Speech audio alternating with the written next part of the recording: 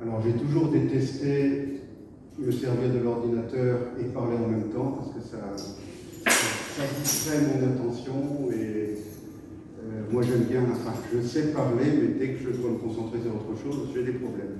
Enfin on va essayer, hein, on va essayer. Donc je vais commencer par me présenter, je crois que tu peux démarrer, c'est bon. Et je vais commencer par me présenter, c'est pour ceux qui ne me connaissent pas, Hervé Cheveville, j'habite Bastia. Une grande partie de ma vie s'est passée loin de la Corse, en Asie du Sud-Est, en Afrique subsaharienne. Et je suis l'auteur de 9 livres. J'aime dire 9 livres et demi parce que j'ai participé aussi à un ouvrage collectif avec le regretté Edmond Simeoni. Ce livre, Corse de la diaspora, contient d'ailleurs son dernier texte. Il est sorti un mois avant son décès. Alors, la plupart de mes livres sont orientés vers ce que j'ai pu vivre ou ce que je sais des grands conflits d'Afrique subsaharienne, le Congo, le Rwanda, etc. J'ai fait un livre qui est assez polémique et qui m'a valu beaucoup d'attaques et d'intimidation, qui s'intitule Rwanda, 25 années de mensonges, où j'ai vécu au Rwanda. Je donne mon point de vue et ma version des événements historiques. Je ne nie pas le génocide des Tutsis, mais je dis qu'il n'y a pas eu que le génocide des Tutsis. Je ne vais pas en parler ce soir, c'est un autre sujet qui pourra faire l'objet d'une autre conférence. Tout ça pour vous dire que rien ne me prédestinait à vous parler ce soir du Caucase, de Chypre. J'ai oublié de dire que je suis issu de l'Institut national des langues et civilisations orientales, où j'ai étudié un certain nombre de langues et de civilisations, donc d'Extrême-Orient. Là encore, rien à voir ni avec le Caucase, ni avec Chypre. Il se trouve que c'est mon dernier livre qui m'a fait basculer, qui m'a mis dans le bain du Caucase. Mon dernier livre est sorti en septembre de l'année dernière. C'est celui que j'ai mis là-bas. Dans ce livre, qui faisait suite à un premier livre intitulé Prêche dans le désert, le premier livre était consacré à la montée de l'islamisme politique en France et ailleurs, et du terrorisme islamiste.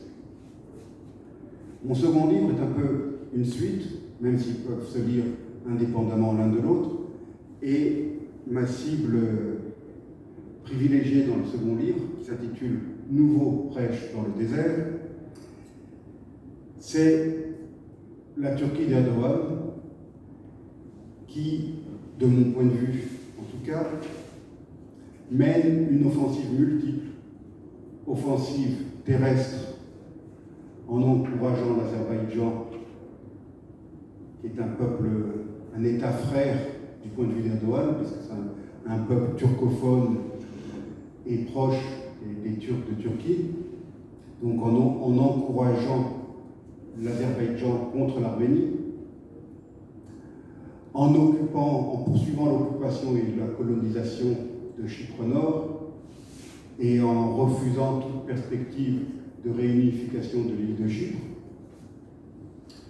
en émettant des revendications incroyables sur une grande partie de la Méditerranée orientale afin de pouvoir exploiter les richesses gazières et pétrolières que recèlerait cette région, en violant la zone économique exclusive de plusieurs États, la Grèce, Chypre et même l'Égypte et le Liban, en finançant une fondation nommée Millî Görüs, une fondation islamiste liée à Erdogan. Cette fondation est enregistrée légalement en France, en Allemagne et dans d'autres pays, C'est elle qui gère au moins 70 mosquées, mais plus certainement.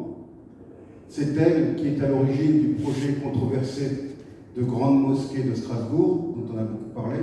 Je précise qu'il y avait déjà une grande mosquée à Strasbourg, mais qu'elle était gérée par des personnes issues de l'immigration nord-africaine. Donc, aux yeux d'Erdogan, il fallait une grande mosquée gérée par les Turcs. C'est pourquoi il va y avoir une deuxième grande mosquée à Strasbourg. Alors que l'islam est une religion universelle et que théoriquement les barrières ethniques ou nationales en islam n'existent pas. Mais bon, là, Erdogan nous donne la preuve que ce n'est manifestement pas le cas, en tout cas à Strasbourg. Ces mosquées, les 70 mosquées plus la future grande mosquée de Strasbourg, véhiculent un islam rigoriste, un islam qu'on qualifie d'intégriste, et les imams, les responsables cultuels, les responsables des associations qui chaperonnent ces mosquées sont toutes inféodées au régime d'Ankara. Les imams sont payés par le gouvernement turc. Alors ça, c'est pour moi l'autre front sur lequel combat le néo-sultan Erdogan.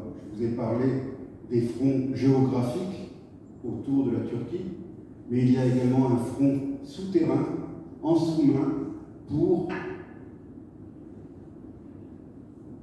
propager une vision de l'islam turc en France, en Allemagne, en Belgique, aux Pays-Bas et dans d'autres pays.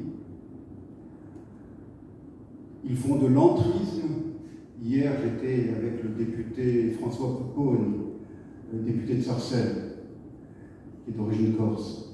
Et il a fait un livre remarquable qui est sorti l'année dernière, dans lequel il raconte son expérience de maire de Sarcelles et le combat quotidien qu'il a dû mener face aux tentatives d'entrisme, aux tentatives de pression dont il était l'objet par Miligorus et par d'autres associations islamistes. Donc ça, c'était le thème de mon dernier livre. Et puis, au mois d'août, alors que je m'apprêtais à amener le manuscrit chez l'imprimeur, je ne sais pas ce qu'il m'a pris, j'ai rajouté au dernier moment un dernier chapitre pour parler de ce qu'on appelle le Haut-Karabakh, que les Arméniens appellent Artsakh. Et j'utiliserai ce terme ce soir pendant la conférence, puisque c'est le nom officiel de cette contrée.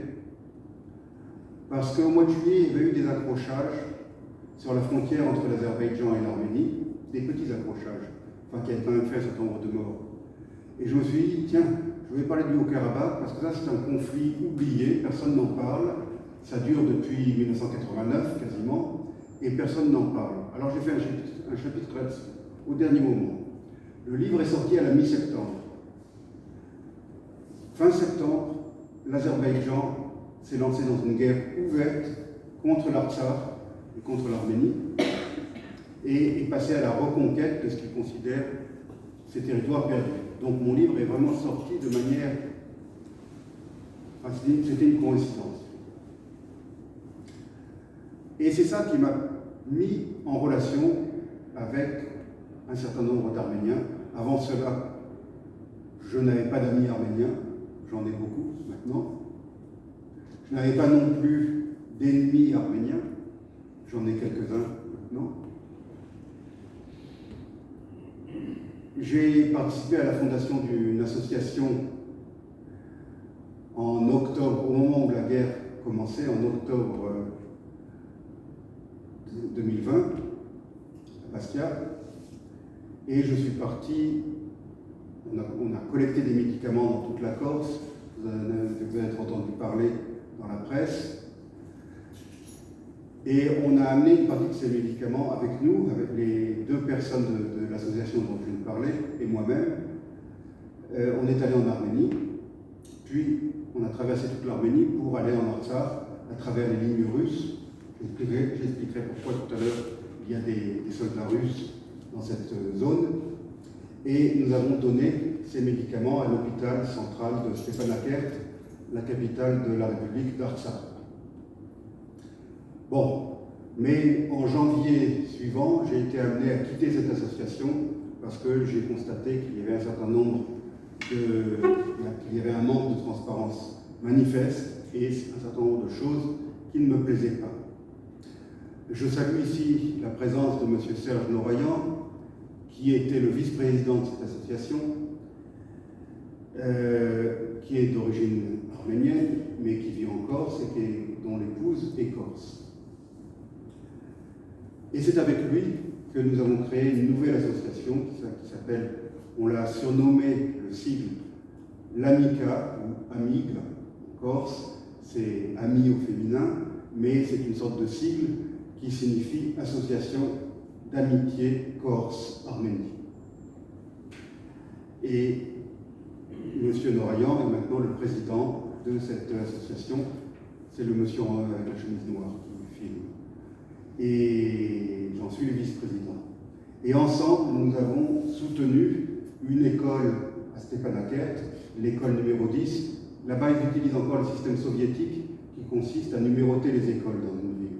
Donc, nous soutenons l'école numéro 10, qui est un complexe qui va de la maternelle au lycée, et qui a reçu un certain nombre de missiles Smerch pendant la guerre de l'automne dernier, et qui a été partiellement détruite. Donc nous avons financé l'achat de matériel pour la cantine de cette école, afin que les enfants puissent retourner à l'école. C'était une petite action, mais qui en a entraîné d'autres, et on a continué. Et elle a atteint son paroxysme ces derniers jours, puisque c'est avec notre concours qu'a eu lieu un événement sportif et humanitaire dont vous avez peut-être entendu parler, qui s'est terminé hier, que nous avons appelé GR20 pour l'Artsakh. Alors j'ai horreur des anglicismes, mais là il n'y a pas d'autre mot, 4 trailers venus de Provence avaient lancé le défi de parcourir le GR20 depuis Calenzane jusqu'à Conca en 44 heures. Pourquoi 44 heures? Parce que la guerre de l'automne dernier a duré 44 jours. Donc il y avait une portée symbolique par là. Alors je vous l'ai dit tout de suite, ils ont échoué dans leur défi, puisqu'ils l'ont parcouru finalement en 56 heures. Mais ce qui est malgré tout magnifique. J'en serais parfaitement incapable, parce qu'il s'agissait donc de courir ou de marcher dans les endroits où on ne peut pas courir, de jour comme de nuit, sans prendre une minute de sommeil. Alors c'est notre association qui les a ravitaillés aux différents cols, Vergue, Lisabonne, Verde et Bavel. Et hier, nous étions à la dernière étape à Bavel et nous les avons accueillis à Conques. La fin a été très dure. Certains avaient des hallucinations en marchant la nuit, du fait du manque de sommeil. Mais enfin, ils l'ont fait. Et ça, c'était pour la bonne cause, c'était pour l'école numéro 10, pour récolter des fonds. Une cagnotte avait été mise en ligne par eux sur un site qui s'appelle Litchi, qui est spécialisé en cagnotte Internet. Et avant de venir à la conférence ce soir, j'ai constaté qu'il y avait déjà plus de 3 000 € qui ont été donnés pour l'école numéro 10. Et la cagnotte va rester ouverte encore 27 jours, je crois. Donc peut-être ils seront en mesure, pas nous, parce que l'argent ne passe pas par nous, mais peut-être qu'ils seront en mesure d'envoyer quelque chose comme 4 000 € pour participer donc à la réhabilitation de cette école numéro 10 de Stepanakert. Donc voilà un peu comment je suis tombé dans le bain arménien et le bain de l'Artsakh, dont je n'étais pas du tout spécialiste avant.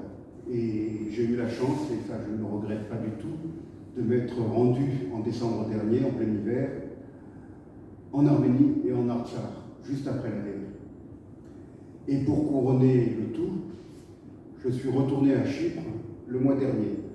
J'y avais fait un bref séjour il y a pas mal d'années, et j'y suis retourné au mois de juillet. Chypre libre, Chypre sud. Par principe, je me suis refusé à aller en zone occupée. Parce que pour moi, les deux problèmes sont liés. Parce que l'Arménie, l'Artsakh et Chypre, et je pourrais rajouter la Grèce, sont les victimes du même adversaire, à savoir la Turquie, et en particulier la Turquie d'Erdogan. Parce que le problème dont je parle aujourd'hui n'a pas commencé avec Erdogan. Il a commencé avec Atatürk. Il a commencé très vite après le génocide. Et il a perduré tout le long de ce siècle écoulé, sous tous les gouvernements turcs, sous tous les présidents turcs. Il a perduré, mais c'est vrai qu'il s'est exacerbé avec Erdogan, parce que Erdogan incarne un cocktail nocif, cocktail de l'islamisme et du nationalisme turc. Certains le présentent comme l'antithèse d'Atatürk. C'est faux. Atatürk, lui-même, le fondateur de la République turque, était un nationaliste, c'était aussi un négationniste du génocide arménien. Certes, il n'était pas islamiste, mais le même nationalisme, symbolisé par cette carte, était incarné par Atatürk.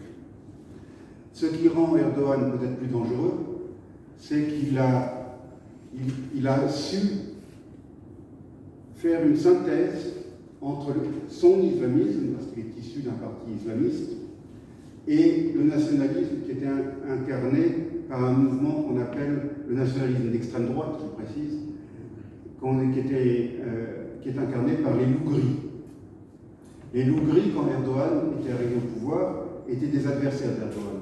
Et puis, vu qu'Erdogan a perdu le soutien de son parrain islamiste, qui depuis s'est réfugié aux États-Unis, son parrain religieux, si je puis dire, eh bien, il a été obligé d'essayer d'élargir sa base, et il a fait ami-ami avec les loups gris. Et ce que nous avons en France, c'est ça. C'est cette conjonction des loups gris et de Miligorus. Ce sont eux qui cassent de l'arménien. Pendant la guerre des 44 jours, il y a eu des virées de commandos de jeunes Turcs de France, peut-être des Français, des Français d'origine turque, qui sont allés semer la terreur dans des quartiers arméniens sur le continent, de grandes villes du continent. On a très peu parlé de ça. Ça, ce sont les loups gris, à tel point que le ministre de l'Intérieur Darmanin a jugé bon de demander la dissolution des loups gris. Alors quand j'ai entendu ça, j'ai bien ri, parce que de toute façon, il n'avait jamais été enregistré. Donc c'est symbolique, hein. C'est comme quand les anciens gouvernements prononçaient la dissolution du FLNC. Le FLNC n'a jamais été déclaré comme association loi 1901. Ça a toujours été un mouvement illégal. Donc dissous, pas dissous, ça ne changeait rien. Et bien, c'est la même chose pour les loups gris. Les loups gris ont été officiellement dissous par le gouvernement français il y a quelques mois. Voilà pour mon préliminaire pour expliquer comment je suis tombé là-dedans. Je vais maintenant rentrer dans davantage de détails et je vais changer de photo.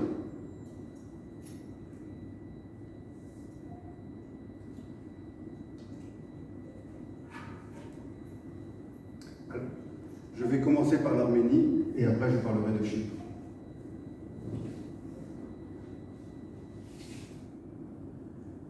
L'Arménie, la République d'Arménie, dont voici comment on appelle ça, le blason,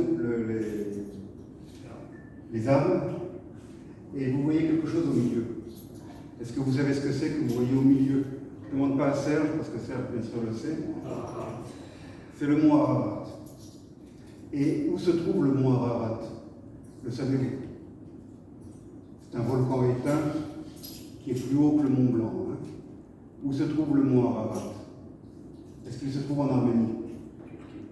Non, il se trouve en Turquie. Et je vais vous montrer une autre photo afin de mieux vous faire comprendre le problème. Le mont Ararat, qui est évoqué dans la Bible, puisque Noé, à la fin du déluge, échoué sur les pentes du mont Ararat. Alors je vais me lever pour pouvoir regarder la photo moi aussi et la commenter en même temps. Là, vous voyez très bien le mont Ararat et son volcan jumeau qui est juste à côté. Donc, c'est en Turquie. La ville que vous voyez au premier plan, c'est Erevan, la capitale de la République d'Arménie. Le mont Ararat est difficilement visible depuis la Turquie, c'est souvent couvert. Par contre, quand le temps est clément, on le voit très bien, comme vous le voyez, depuis l'Arménie. Alors le mont Ararat, c'est un peu le mont sacré de l'inconscient arménien. Vous pouvez aller dans n'importe quelle famille arménienne de la diaspora, mais aussi d'Arménie, et vous verrez certainement une photo du mont Ararat. C'est leur montagne sacrée. Ça a une signification à la fois religieuse, Noé, n'est-ce pas, et nationale.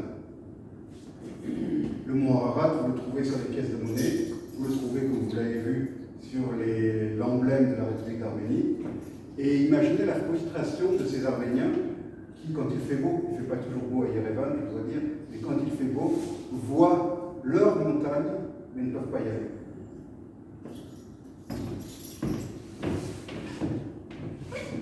Je vais vous montrer une autre photo du mont Ararat.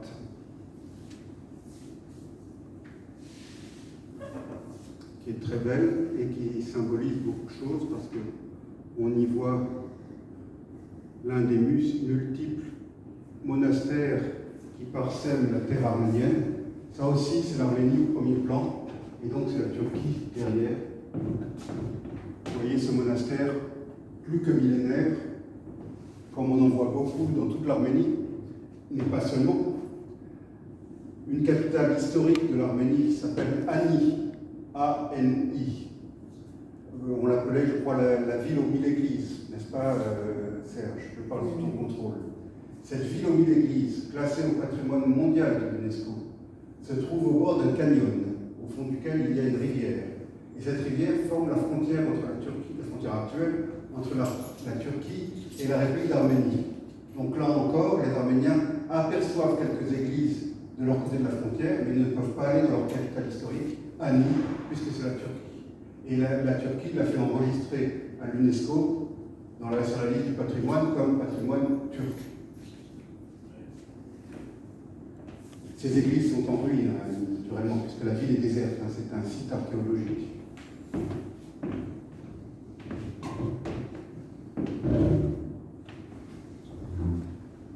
Alors, je pense qu'avant toute autre chose, je me dois de vous montrer une carte, parce que, pour être plus clair, voici une carte de la République d'Arménie aujourd'hui. C'est un petit pays qui ne fait que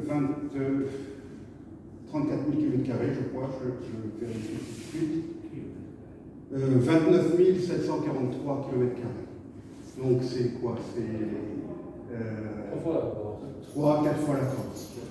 C'est pas énorme. Alors attention, ça ne comprend pas le Haut-Karabakh, l'Artsakh, c'est l'Arménie actuelle.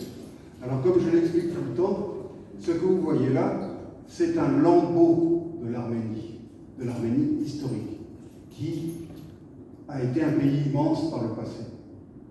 Je compare souvent l'Arménie à la Pologne, car l'Arménie a été bien souvent attaquée, bien souvent partagée entre ses puissants voisins,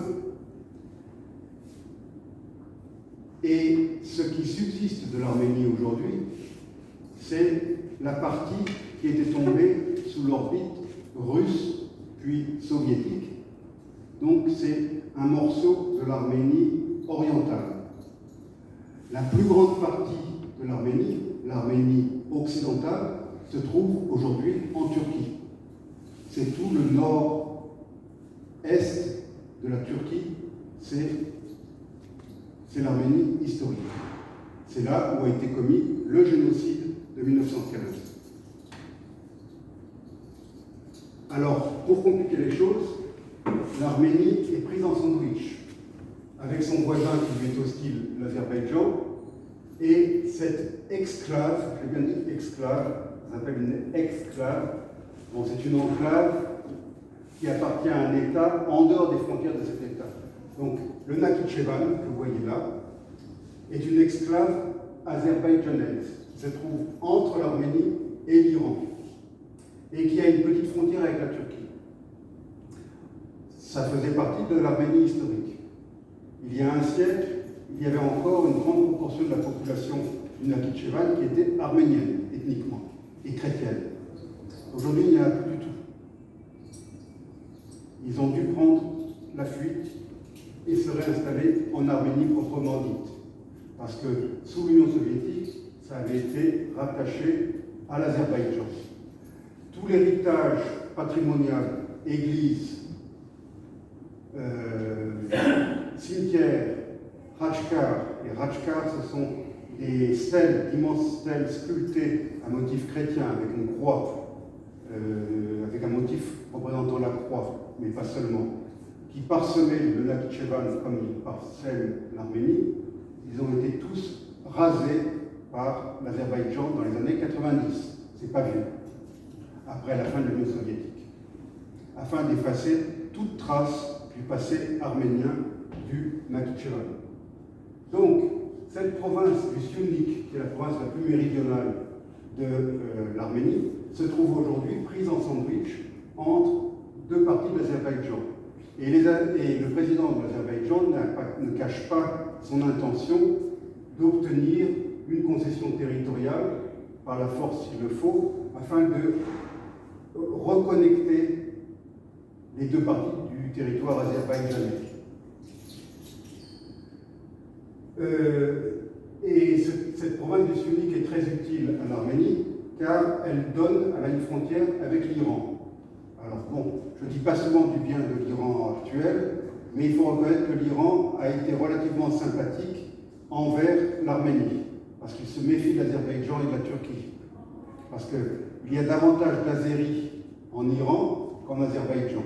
Tout le nord-ouest de l'Iran, c'est azéri. La ville de Tabriz, par exemple, c'est une ville azéri, mais azéri iranien. De grands ayatollahs, même sous le régime actuel, sont d'origine azéri. Comme je vous le dis, il y a davantage d'Azéris en Iran qu'en Azerbaïdjan. Et c'est une minorité, comment on appelle ça? Une minorité qui n'est pas facile pour l'Iran actuel, et peut-être aussi pour l'Iran du Shah autrefois. C'est une minorité remuante qui revendique son droit au particularisme, etc. Donc, l'Iran est toujours assez suspicieuse des intentions de l'Azerbaïdjan. En plus, l'Azerbaïdjan a adopté un modèle plutôt laïque, où les femmes ne portent pas le voile, donc c'est un mauvais exemple pour les femmes iraniennes, y compris les femmes azéries d'Iran. Et donc, la République d'Arménie a une longue frontière avec la Turquie. Voilà la rivière dont je vous parlais, la ville d'Ani se trouve par là, l'ancienne capitale, juste sur la frontière. L'Arménie a... Oui, la Turquie, ça va jusque là-haut. C'est une longue frontière. Cette frontière est fermée. Depuis la fin de l'Union soviétique, la Turquie a fermé hermétiquement sa frontière avec l'Arménie. La frontière avec l'Azerbaïdjan est également fermée. Donc la seule frontière ouverte, c'est celle avec l'Iran, et aussi, sauf pendant la dernière guerre, la frontière avec la Géorgie, qui est une autre république de l'ex-Union soviétique, et qui est également à majorité chrétienne, comme l'est l'Arménie. Donc il y a quand même des liens entre la Géorgie et l'Arménie, même si la Géorgie a eu un rôle pas tellement sympathique à l'égard de l'Arménie pendant la dernière guerre, parce que l'Arménie est vue comme pro-russe, et la Géorgie a eu maille à partir avec Poutine, puisque la Géorgie compte également des républiques autonomes qui ont fait sécession. Donc, le cœur des autorités géorgiennes est plutôt du côté de l'Azerbaïdjan que du côté de l'Arménie. puisque le Haut-Karabakh est considéré comme une enclave en Azerbaïdjan. La population actuelle de l'Arménie, 3 millions d'habitants, alors que l'Azerbaïdjan a une vingtaine de millions d'habitants.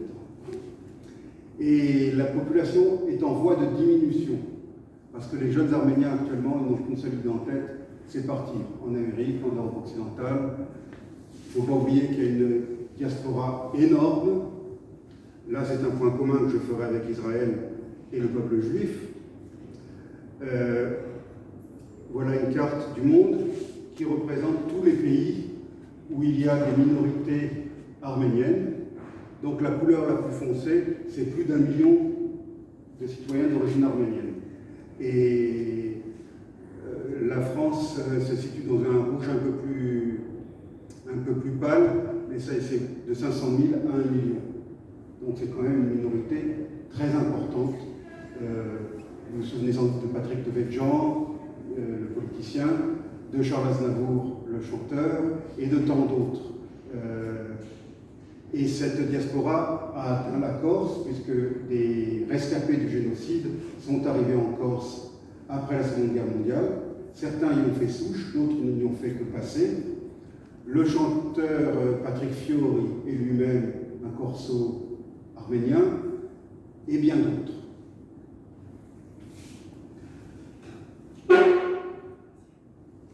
Je vais brosser un rapide raccourci de l'histoire de l'Arménie.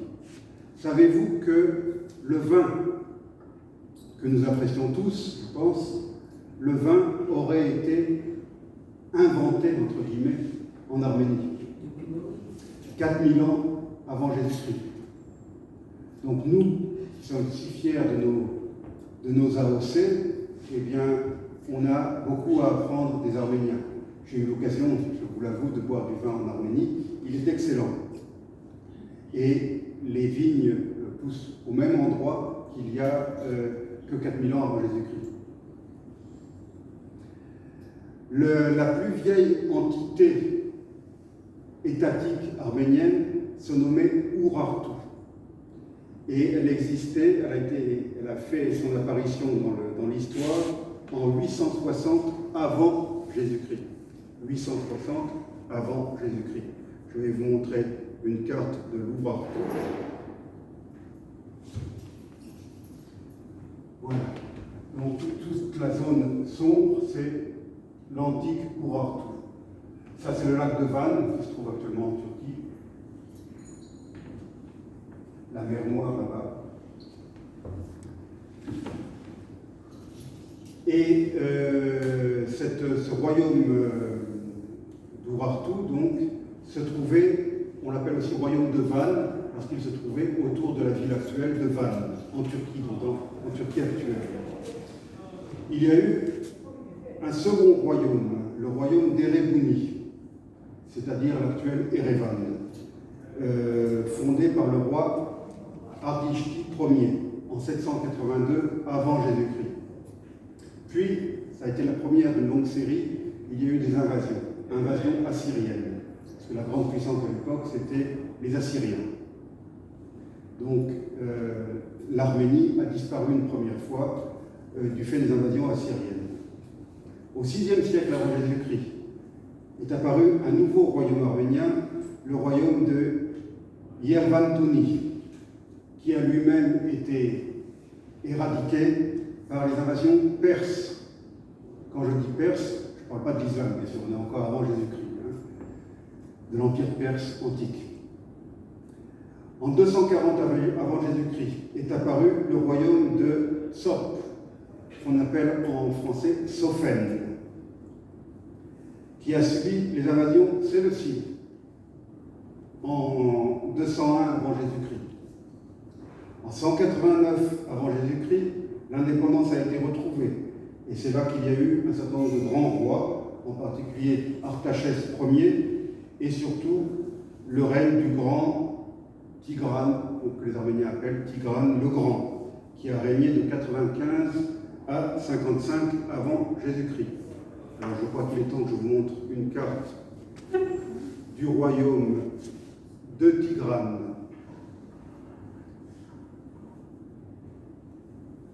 Voilà l'empire arménien sous Tigrane.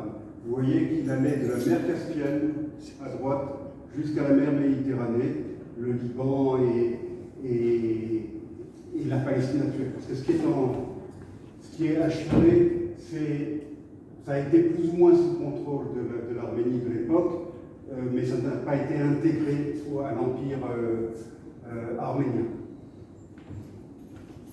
Donc, vous voyez une grande partie de la Turquie, surtout qu'il y a ce qu'on appelle la petite Arménie qui donne sur la mer Noire, donc c'est une troisième mer. L'Arménie actuelle n'est qu'un petit lambeau de ce royaume, donc autour de, juste avant Jésus-Christ. C'est là que l'Arménie a connu son apogée.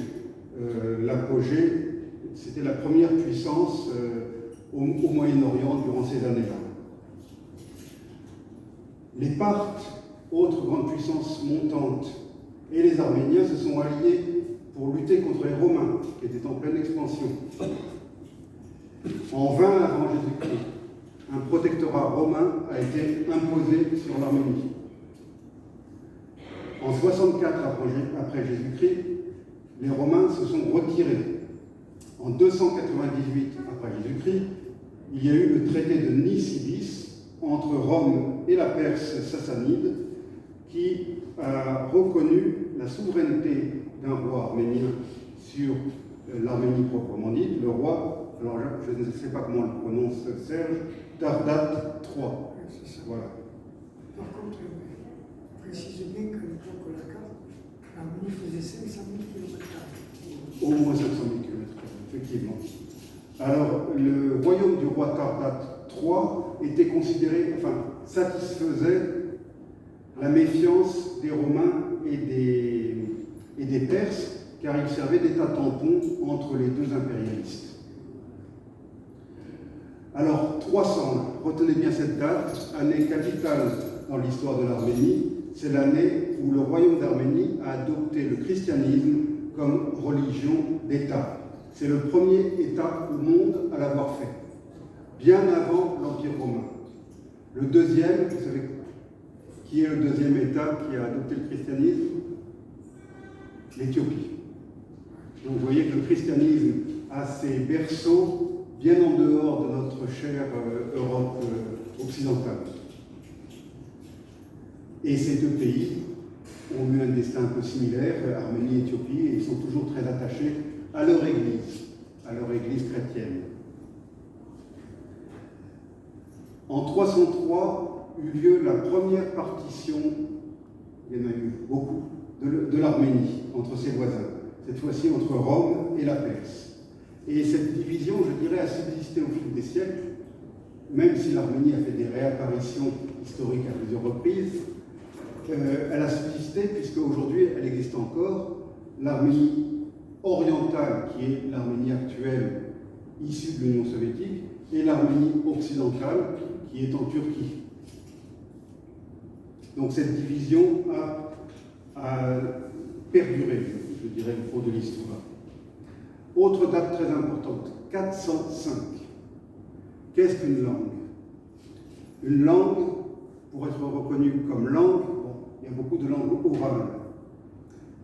Mais les langues orales peuvent disparaître, peuvent se mélanger, il y a beaucoup de langues qui ont disparu complètement dans l'histoire parce qu'elles n'avaient pas d'alphabet. Et là, il y a un des plus grands personnages de l'histoire d'Arménie, Mesrop Mashtots, qui était un prêtre arménien, un prêtre chrétien, qui a eu pour vocation d'inventer un alphabet pour permettre la diffusion de la bonne nouvelle, tout simplement, la diffusion de la Bible et de l'Évangile auprès des fidèles chrétiens d'Arménie. Parce que jusqu'à présent, cette diffusion se faisait en grec. Les prêtres, la liturgie était en grec, la lecture des textes saints était en grec, et la majorité de la population, les paysans, ne comprenaient pas le grec. Donc Mesrop Mashtots a ressenti le besoin impérieux, et il a été soutenu par le roi de l'époque, de trouver un alphabet pour... alors il a commencé par essayer le grec, de transcrire la langue arménienne en grec. Mais les caractères grecs, les lettres grecques, ne correspondaient pas tout à fait au phonème, à la prononciation arménienne. Donc il a inventé complètement un alphabet. Alors je crois que je me dois de vous montrer cet alphabet. Je l'ai quelque part. Le voilà. Et vous voyez le portrait certainement imaginé du grand Mesrop Mashtots. Donc 405, attention, 405 inventions de l'alphabet. Alors Mesrop Mashtots et ses disciples ont aussitôt traduit la Bible dans son intégralité en langue arménienne en utilisant cet alphabet. C'était le premier ouvrage, bien sûr, traduit en arménien. Cet alphabet est toujours en vigueur aujourd'hui, il n'a pas changé, c'est toujours le même. Et ça a joué un rôle fondamental dans la création du sentiment national arménien qui est si fort et qui s'est maintenu au cours des siècles malgré toutes les vicissitudes. Et là, je pourrais faire une comparaison, par exemple, avec le Khmer, de l'Empire Khmer, qui lui aussi avait son propre alphabet et qui est étroitement associé au nationalisme khmer ou à l'alphabet thaï qui a également été inventé. Ça c'est mon petit penchant ex-Langso. Je ne peux pas m'empêcher de faire une comparaison entre ces nations d'Extrême-Orient, que sont la Thaïlande et le Cambodge, et l'Arménie et son alphabet de Mesrop Mashtots. Donc ça, c'est un des grands héros nationaux de l'Arménie. Alors Mesrop Mashtots a essentiellement vécu, il a beaucoup voyagé, mais il a essentiellement vécu dans ce qu'on appelle aujourd'hui l'Artsakh, c'est-à-dire le Haut-Karabakh. Et il a fondé un grand nombre de monastères, dont certains existent encore, et il est enterré en Artsakh, dans un monastère qu'il a fondé. Et sa tombe est fait l'objet d'un pèlerinage important des Artsakiotes, mais aussi des Arméniens d'une manière générale. 591, seconde partition, cette fois-ci entre Byzance, donc successeur de l'Empire romain d'Orient, et la Perse. 640, première invasion arabe, et donc arrivée de l'islam. Alors, beaucoup de tribus ou d'ethnies environnant les Arméniens ont été islamisées. Pourquoi les Arméniens ne se sont pas convertis à l'islam? Eh bien, l'invention géniale de Mesrop Mashtots a certainement joué un rôle, parce que justement, ça a permis d'affirmer le caractère chrétien et national du peuple arménien, et ils ont donc résisté à toutes les tentatives, qui ont été nombreuses, d'islamisation. Parce que vous savez que l'islamisation peut se faire par la force, ça peut se faire aussi par la séduction, ça peut se faire aussi de manière fiscale. C'est-à-dire, oui, fiscale, j'ai bien dit fiscale. C'est-à-dire que dans les pays nouvellement conquis par les Arabes, et ensuite les Turcs ont fait la même chose, les chrétiens et les juifs étaient doublement imposés, tandis que les musulmans ne l'étaient pas. Donc, mettez-vous à la place d'un commerçant qui est accablé de taxes, eh bien, il est tentant de voir son impôt être divisé par deux en se convertissant à l'islam. Et ça s'est fait dans le Caucase, mais ça s'est fait en Afrique, ça s'est fait dans toutes les terres, en Espagne à l'époque andalouse, dans toutes les terres nouvellement, en Afrique du Nord, dans toutes les terres nouvellement conquises. N'oubliez pas que l'Afrique du Nord était aussi une terre chrétienne très importante, Saint-Augustin, etc. Eh bien, si les chrétiens ont entièrement disparu, la fiscalité a joué un grand rôle dans cette disparition du christianisme. Mais en Arménie, ils ont résisté. Ils ont résisté grâce à leur foi et grâce à leur alphabet, très certainement. En 701, la domination arabe s'est étendue à toute l'Arménie. Au 8e siècle, il y a eu de multiples rébellions arméniennes contre les Arabes. 885, résurrection de l'Arménie, nouvelle indépendance et nouvelle dynastie, la dynastie des Bagratouni. 1045, invasion byzantine qui a causé la chute de cette dynastie. 1071, une bataille très importante, celle de Mazikert, et l'Arménie est passée sous domination seldjoukide. Les Seldjoukides, c'était les premiers Turcs arrivés des steppes d'Asie centrale qui se sont infiltrés petit à petit, par la force bien sûr, dans ce qui est aujourd'hui la Turquie. Alors est ensuite apparu un royaume arménien, le royaume qu'on appelle chez nous le royaume de Cilicie, Kilikia en arménien. C'est un royaume, alors comme la Pologne, l'Arménie a été, comment dirais-je, mobile géographiquement, et le royaume de Cilicie s'est étendu sur une zone qui, à l'origine, ne faisait pas partie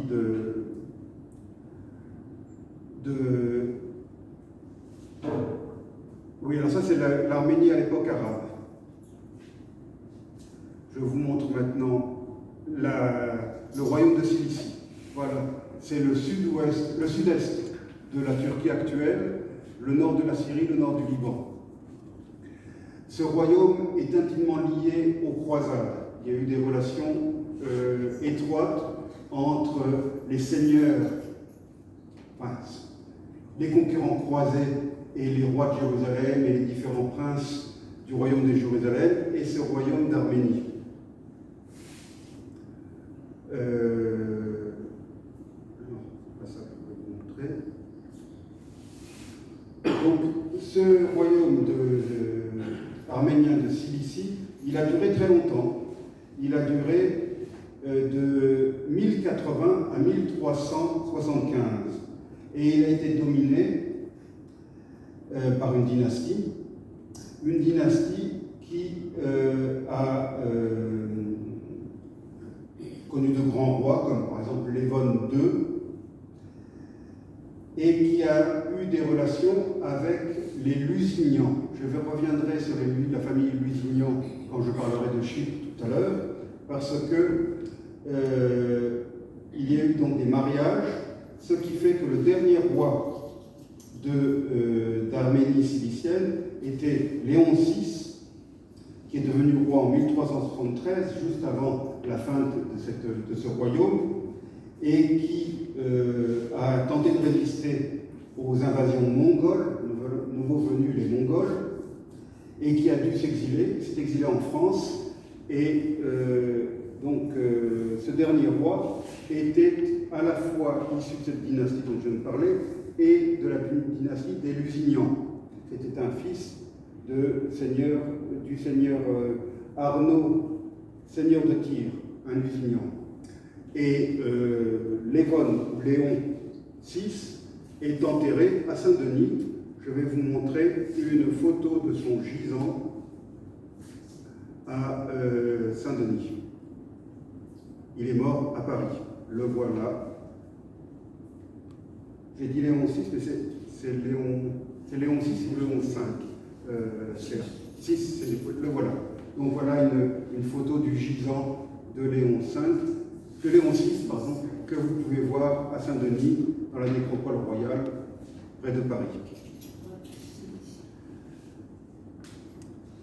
1453, date que tous les écoliers devraient connaître par cœur.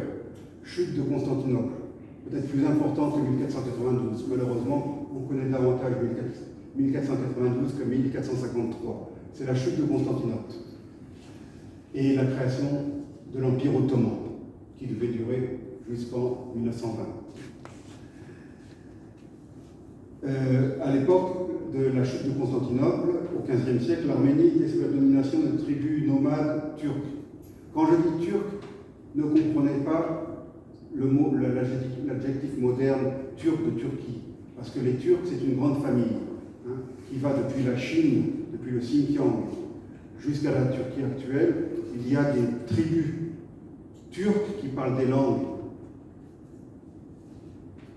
turcides, proches du turc de Turquie, mais parfois différentes, mais qui ont toutes la même origine. L'Azerbaïdjan est un exemple de peuple turc, mais qui n'est pas turc dans le sens moderne du terme. Du XVIe au XVIIe siècle, il y a eu de nombreuses guerres entre l'Empire ottoman et la Perse. Et ces guerres se sont malheureusement déroulées en grande partie en territoire arménien, causant beaucoup de destruction. 1512, autre date très importante. Le premier livre en langue arménienne a été imprimé, où à Venise, par Jacob Megapart. 1555, c'est la date de la première partition de l'Arménie entre les Ottomans et les Perses. Toujours plus ou moins selon le même schéma. L'Arménie occidentale, donc côté ottoman, et l'Arménie orientale, qui est aujourd'hui, enfin qui est issue de l'ex-Union soviétique, est passée sous domination perse. 1639, seconde partition, toujours entre l'Empire ottoman et la Perse. 1717, fondation de la congrégation catholique des guitaristes à Venise. Je vous ai parlé de l'église d'Arménie, mais là, en l'occurrence, il s'agit d'une congrégation catholique et qui a Venise comme berceau. L'église non catholique, l'église d'Arménie, est connue sous le nom d'Église apostolique d'Arménie. Ce n'est pas une église orthodoxe, c'est encore quelque chose de différent. Et c'est une église nationale qui a joué un grand rôle dans l'affirmation, là aussi, comme l'alphabet, du caractère national, du sentiment national arménien. 1722-1728, première guerre de libération menée par David Beck dans la région du Sionik, c'est-à-dire le sud de l'Arménie. 1771, création de la première maison d'édition arménienne à Echmiadzin, qui est le Saint-Siège de l'Église apostolique d'Arménie. Donc dans l'Arménie actuelle.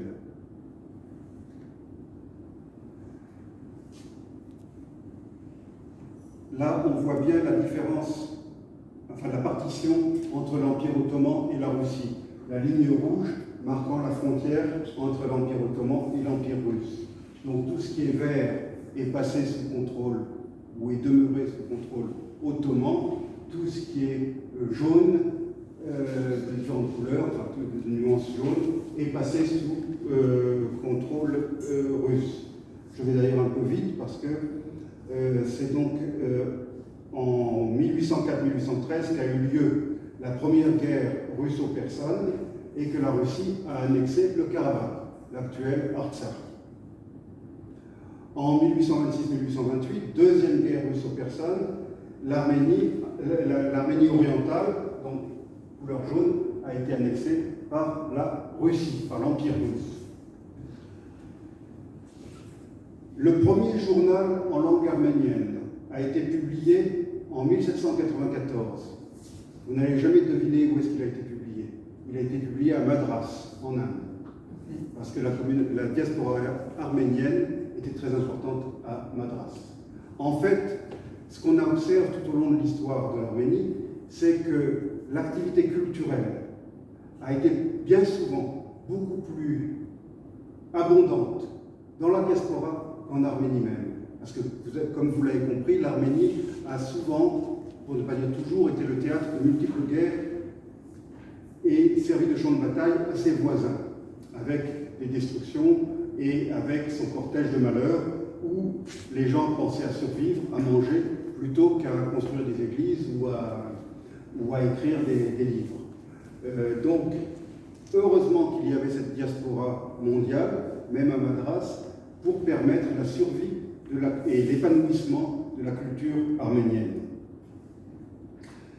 1853-1856, la guerre de Crimée, qui a opposé la Grande-Bretagne, la France d'un côté et la Russie de l'autre côté.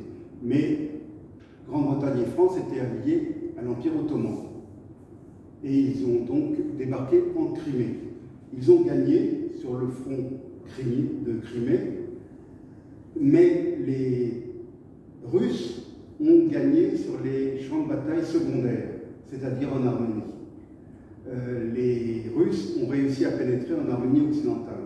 Malheureusement, au traité de paix, ils ont été obligés d'évacuer les territoires qu'ils avaient conquis en échange de la récupération de la Crimée. Pourquoi je dis malheureusement? Parce qu'à chaque fois que les Russes pénétraient en Arménie occidentale, ils étaient accueillis en libérateurs par les Arméniens. Et quand la Russie a été contrainte de rendre ses territoires à l'Empire ottoman, on a assisté à un exode d'Arméniens d'Arménie occidentale vers la zone contrôlée par la Russie.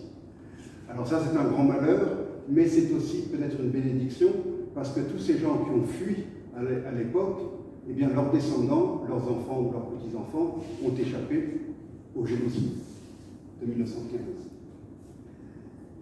En 1862, il y a eu une rébellion arménienne contre la domination ottomane. En 1877-1878, il y a eu une nouvelle guerre entre la Russie et l'Empire ottoman. La Russie a annexé la province de Kars, que vous voyez là sous le nom de Kars Oblast. Un oblast, c'est une province russe. 1895-1896, je dirais que c'était la répétition générale du futur génocide, parce qu'il y a eu des massacres importants, un massacre d'Arméniens dans tout l'Empire ottoman, ceux qui ont été ordonnés par le sultan de l'époque, dont je vais vous montrer une caricature parue dans la presse occidentale, presse française je crois, Abdul Hamid, qu'on appelait le Seigneur, mais le Seigneur S-A-I, et pas S-E-I. Donc il est l'auteur de la répétition générale du génocide. Abdul Hamid le sanglant, ou Abdul Hamid le cruel, selon ces différentes appellations. Pardon? Sultan rouge. Le sultan rouge, on l'a aussi appelé le sultan rouge. Rouge de sang, bien sûr. Ce n'est pas la couleur du drapeau turc. En 1904, il y a eu une nouvelle rébellion arménienne à Sassoun contre la domination ottomane. 1914-1918, Première Guerre mondiale, l'Empire ottoman s'est rangé aux côtés des empires d'Europe centrale, Allemagne et Autriche-Hongrie. Et c'est pendant cette Première Guerre mondiale qu'a été commis le génocide. Alors, quelques mots, malgré tout, au sujet du génocide. Les Arméniens étaient partout dans l'Empire ottoman. Et même s'il y avait des Arméniens pauvres, des paysans et autres, il y avait aussi beaucoup d'avocats, beaucoup de médecins, même des ministres de l'Empire ottoman qui étaient d'origine arménienne. C'était l'intelligentsia, je dirais, les Arméniens. Et ils ont contribué au mouvement jeune turc qui travaillait à l'établissement d'une nouvelle Turquie. Au départ, ils étaient ensemble. Et ils ont peut-être même financé au départ le mouvement pour accomplir cette révolution turque. Mais lorsque les jeunes Turcs ont pris le pouvoir, ils se sont retournés contre leurs alliés. Parce que l'idéologie jeune turque était fondamentalement de créer sur les cendres de l'Empire ottoman une Turquie ethniquement pure, une Turquie turque. Alors c'est le moment de vous montrer comment était la Turquie avant cette époque. La Turquie était un empire multi-ethnique, avec de très nombreuses minorités. Voilà une carte ethnique de la Turquie, disons, avant 1920. Donc, en rose, c'est les Turcs. Toutes les taches bleues, c'est les Grecs. Les taches jaunes, les Arméniens. Les taches marrons, les Kurdes. Les taches vertes, les Arabes. Les taches bleues, les Lazis. Les taches grises, les Bulgares. Et les taches roses foncées, les Zazas. Et on en oublie certainement, par exemple, les Juifs, qui n'étaient majoritaires nulle part. Mais là, les couleurs correspondent aux zones où les peuples en question étaient majoritaires. Donc vous voyez que l'Arménie, de fait, existait en